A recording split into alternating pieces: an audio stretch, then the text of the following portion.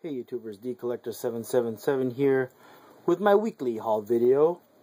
This video consists of video games, comic books, as well as action figures, my finds throughout the week. So without further delay, I'm going to go ahead and jump right on in. I am going to go ahead and do it via category. So what I will do is start off with the video games first, since I actually didn't find that much this past week in terms of video games, but nonetheless, they are great additions to my collection. I hit up a Goodwill, actually a few Goodwills, and I found these games. These were, I believe, $3 a piece. For the PlayStation 3, I got Dead Space. PlayStation 2, Okage, Shadow King. These are all complete. And for the Xbox 360, I got Assassin's Creed 3. And I hit up the retro gaming store by my work again. I found a Nintendo game that I wanted to add to my collection. It's Mendel's Palace. Don't know much about this, but I believe it's some type of puzzle game. So there you go. Now, in terms of video game finds at garage sales, the first one I went to, I paid $10 for this bunch. I got for the Sega Saturn, I believe this is the memory card for the King of Fighters 95, but I think it's for the Japanese Sega Saturn, since it's all in Japanese. And also this bundle, disc only Mario Party 7. I mean, it has a few scratches, but it works great. And it came with the GameCube mic. So there's that. Another garage sale I went to, paid 50 cents a piece for these. I tend to pick these up whenever I find them cheap, just in case I might need them. AV cables for the Wii and the PlayStation or PlayStation 2. That works as well. Now, the last place I went to, I found this for, I believe I paid either $3 or $4 for this. It is Fable 3 for Xbox 360. Say it's not for resale on the bottom there. So that's one of the deciding factors for me to pick it up. I don't think I have this one. So, great addition. Now, in terms... I forgot to add this because it got mixed in with the books. The place where I got the King of Fighters and the Mario Party 7, I also got two, it was included in the bunch, two guides. We got Soul Calibur 2. This is stating it's a signature series, not really sure what that means. And Dynasty Warriors 5. So these I did not have. Great addition to the collection. Now jumping on to, let's see, let's go to comic books.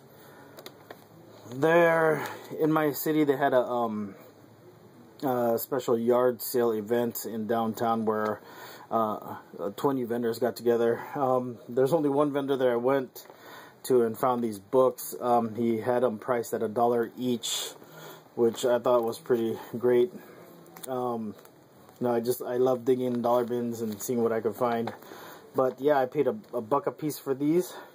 So the first one, we have Full Metal Fiction #1. Luckily it's covered because this is, yeah, mature readers only. Second, got Peter Porker, The Spectacular Spider-Ham #1. Picked this up for $1. I tend to pick up the #1s and first appearances. those are what I like to hunt for. We got Iraq, Son of Thunder, #1. You know, these are not in the best of conditions, but I can't complain for $1 a piece. We got Marvel Tales starring Spider-Man, #121. This one is the supposed return of Gwen Stacy, back from the dead. And I had to snag these up because these two, next two, because I don't mind paying $1 a piece for Silver Age books. We got Tales of Suspense #98, Captain America and Iron Man. There's Cap going against Black Panther. And Sergeant Fury and his Howling Commandos, #24. Again, paid $1 for this. This I was stoked to find in that dollar box that I had. It's the Green Lantern Corps #201. This features the first appearance of Kilowog. There he is.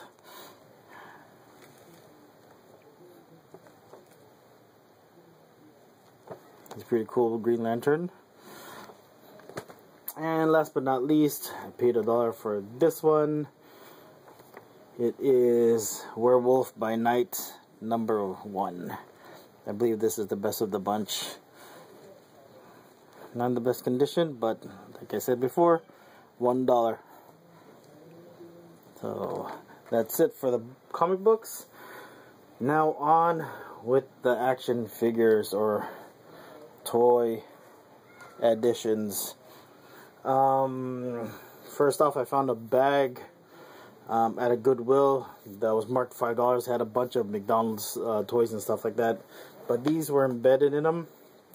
Got, I think these are from the early, from 2000s. This guy I'm not too familiar with, wrestling character. I believe he's Taz, and I don't know if they say something if you place him on a platform because of that metal thing under his boot. But we got Taz, and this guy I know, it's Stone Cold Steve Austin. We also have Blue Ranger and the Black Ranger from the 90s, early 90s. And I know some of you out there will recognize this guy. Back in the day, VR Trooper character. And I found there were 2 Ninja Turtle items within that bunch. We got a Tiny Leo and an Indian Chief Leo. This one I did not have. Pretty cool. Next, oh, I forgot to add, well, I could mix this in with the action figures. I found this at a yard sale as well. It's a Super Mario DS holder, but yeah, it's pretty big. Probably stands about 12 inches, I believe. You just put your DS right in his hands and just holds it. So I thought that was pretty cool, great to display. Now,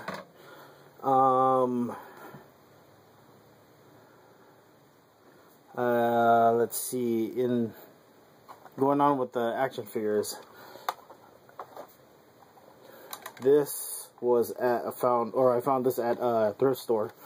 This was actually, I believe I paid $5 for this whole lot of action figure vehicles, vintage vehicles.